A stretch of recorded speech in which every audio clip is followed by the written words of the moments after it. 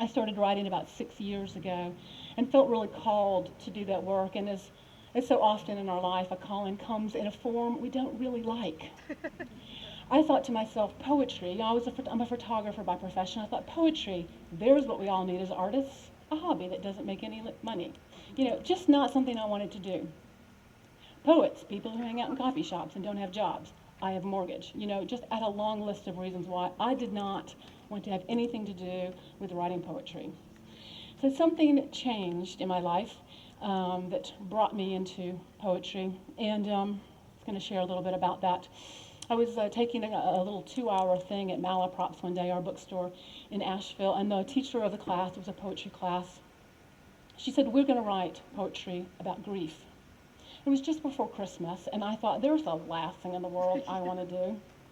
But in fact, I was actually in a very intense state of grief, and I just did not want to go there. A wonderful, wise woman that I know who does therapy work and I were discussing years ago what's really the weak link in the chain in America, physical, emotional, mental, or spiritual.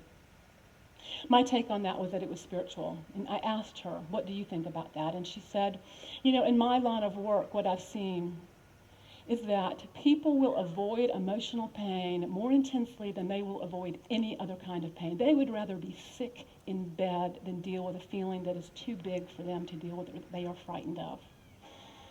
We are the most, we are the most medicated and addicted country in the industrialized nation.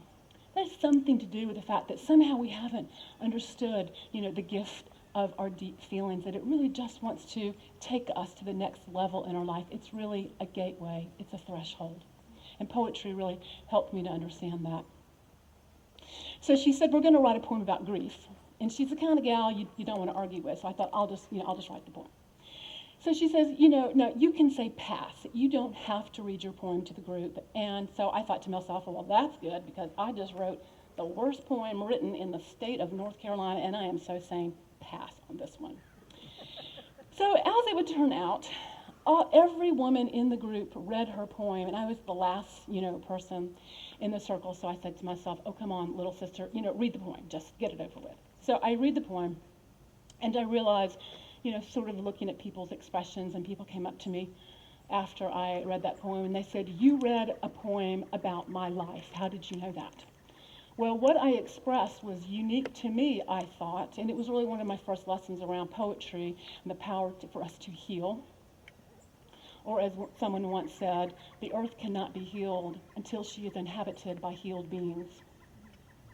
And I realized that there was really no experience I have ever had. There's nothing I've ever done. There's no longing in my heart that I can come up with that someone somewhere hasn't already had or is going to have. And that we are essentially in this human experience together. And that was a big existential burden that was lifted from my heart, because, we might read that in a book somewhere, but until you have that experience, you feel you are alone in this experience of life, or that you are isolated in these deep and profound feelings, or being raised in this situation. And it completely took this burden from my heart, and I realized, no, we are actually all in this together. So I read my poem, and which I'm going to do for you now. It's called Grief.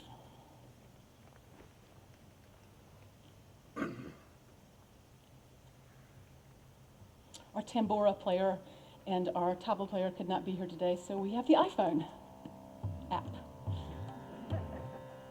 Gotta love technology.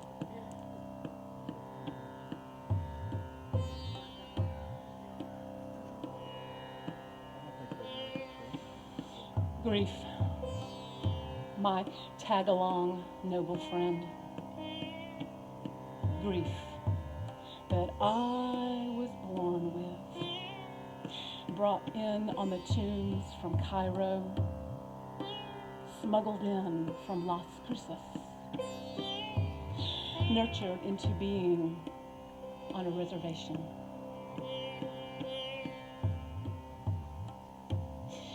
Grief, my wrenching alcoholic father, mother, sister story. I need you no more. You have served me well, remembered my birthdays and Christmas, been there late at night. I don't know why I've outgrown your ashen, lonely colors, your pursed, downturned lips, your empty house, blood red and rageful into the dusk and dawn of chained existence. Go and find your peace elsewhere. This heart is birthing love.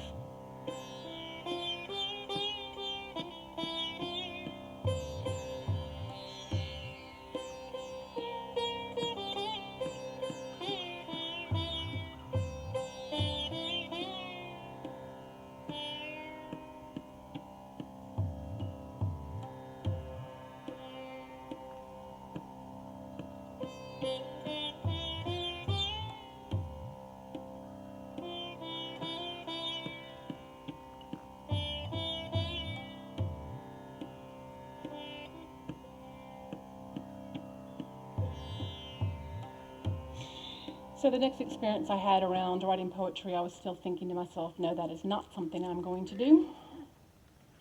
I was driving down the road, actually coming down this way, down I-26 from Asheville, late as usual to get to where I was going, driving 80 miles an hour, and a poem came into my lap like a missile. Well, I knew that when the muse comes to visit us and knocks at our door, if we don't let her in, she goes to somebody else's house. And I did not want this to happen. So I thought, no, I have to find a way to, sort of honor this moment and write this poem down, even though I don't want to be a poet. So I'm trying to think of how to do this. Should I write it down in my day runner while I'm driving? No, too dangerous. I think I'll just sort of memorize it on the spot. I'll hold it till I get to a rest stop. The way you say to a 7-year-old, just hold it till you get to a rest stop.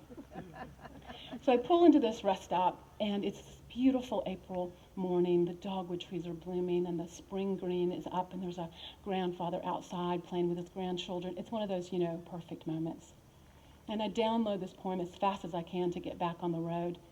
And the first line of the poem was, I have fallen in love with the world.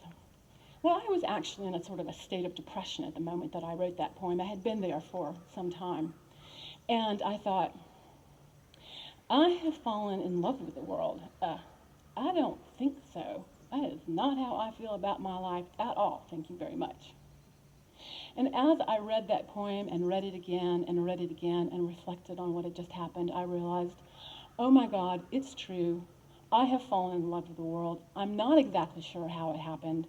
And I realized in that moment that poetry was telling me that I had made a U-turn in my life and that my depression was over. And I thought, okay, really, if poetry has the power to tell me what I'm feeling when I don't know what I'm feeling, sold on poetry. So I had, which I will do that poem for you at the end of this talk, I had another experience that was really quite profound around the subject of grief and poetry. Somebody once said, no one wants to live a life as a prisoner in an unlived life. And I have found that to be true when we're dealing with these big feelings, that we just don't want to go there, we just don't want to face. Like poison ivy that you don't want to address, but really it has a healing property to it. So I was, a year later, I was feeling sort of ecstatically happy in my life, and I had this moment where I encountered grief in a way I had never encountered it before, and I had this feeling that grief had the power to take me out of my life and put me in my grave.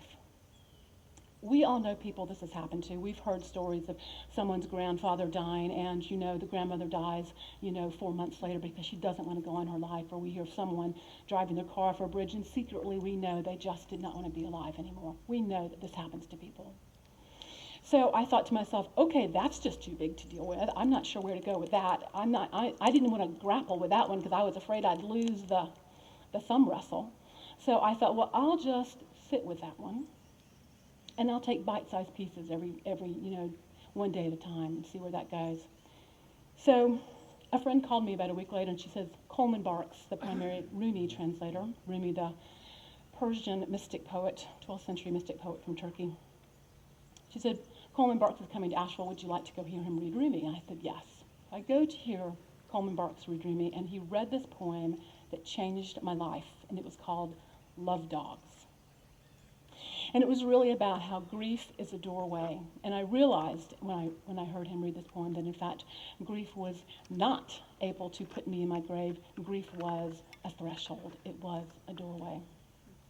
So I'd like to do that poem for you now, followed by the poem I wrote, I Have Fallen in Love with the World.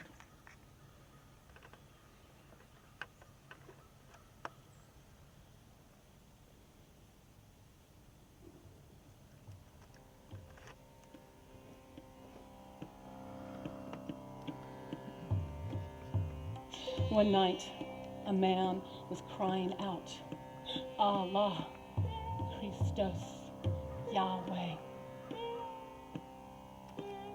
His lips grew sweet with the praising, until a cynic said, so, I have heard you crying out, but have you ever heard anything back? The man had no answer for that. He fell into a confused sleep. He dreamt he saw an angel, the guide of souls, in a thick green foliage. Why did you stop praising? Because I never heard anything back. This grief you are crying out from is the return message. This longing you express draws you towards union. Your pure sadness asking for help is the secret cup. Listen to a dog moan for its master. That whining is the connection. There are love dogs no one knows the names of. Give your life to be one of them.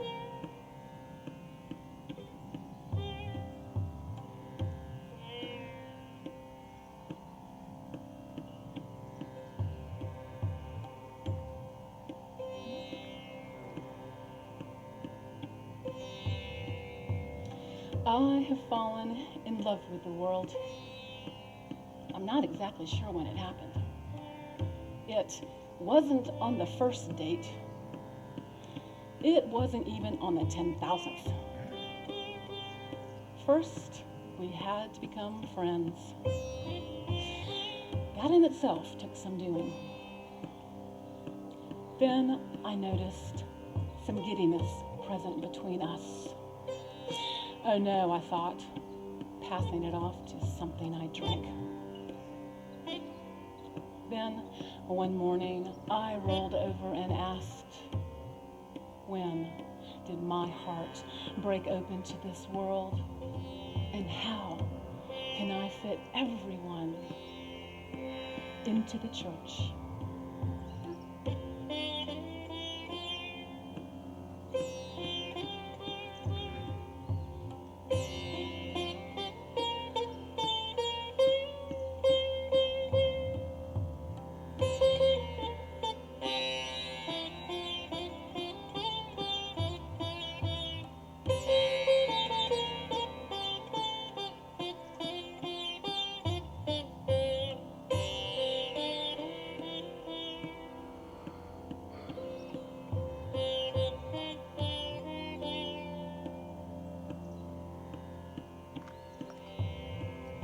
Thank you.